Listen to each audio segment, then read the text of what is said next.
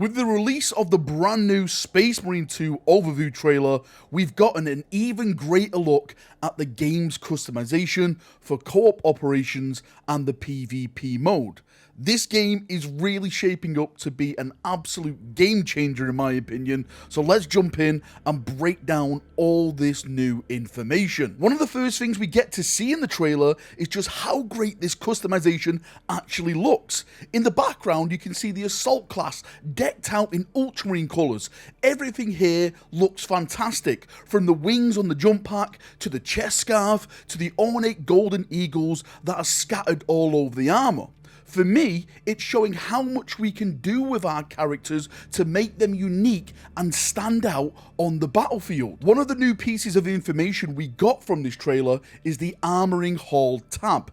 This screen confirms that we will be able to unlock standard Marine chapter skins from already lore-established chapters. Some of the big ones that stood out on this screen for me were the Scythes of the Emperor. This chapter has so much going in the new lore. They were on the brink of extinction at one point, but with the help of Belisarius Call, the chapter has managed to take back their homeworld and they've begun to rebuild the chapter. We got to see the Black Templar skin, the greatest crusaders that have taken to the stars, and I think this is the first time we've actually seen them in the game, which makes me even more excited to get in the game and play as one. We also get confirmation on more first founding chapters. We see the Salamanders, the Space Wolves, Raven Guard, White Scars, and the Dark Angels. We also see some second founding chapters belonging to the Ultramarines. The Genesis chapter is present, the Libertators, who are a very, very brutal Sons of Guilliman gene lineage chapter, the Nova Marines, one of my favourite Sons of Guilliman chapters, the Star Phantoms are even in there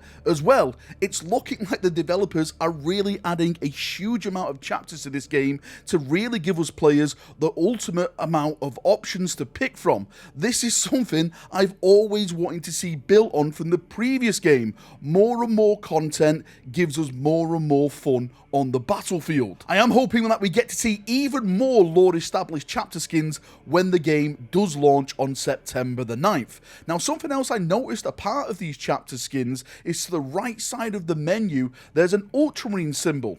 Maybe clicking on this will reveal a host of skins belonging to that gene lineage. This would definitely help players to easily identify certain chapters and make it easy for them to find and play as one. If this is the case, I hope we get to see a tab for all of the first founding chapters with their allocated successor chapters inside. Now, one of the things that really stands out for me is with these preset skins, they are simply a foundation to build on. As we've discussed previously, in this game, you'll be able to unlock new armor and weapon customization by playing co-op operations and the PvP modes. The more XP you rack up, the faster you will be unlocking items. Remember, even though the game will have season passes and DLC skins, the developers confirm there's going to be lots more added to the game in regular free updates. Now, another tab we got to see in the trailer is the Armour Sets tab.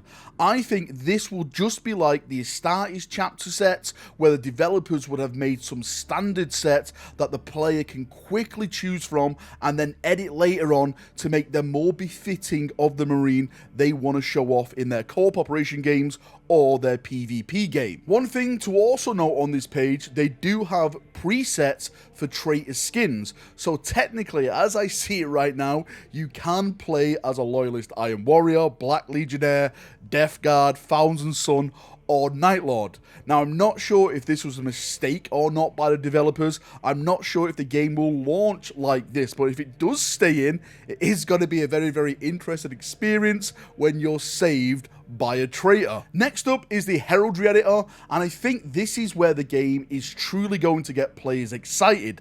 Looking at what they've showed off so far, we can make any type of chapter we want.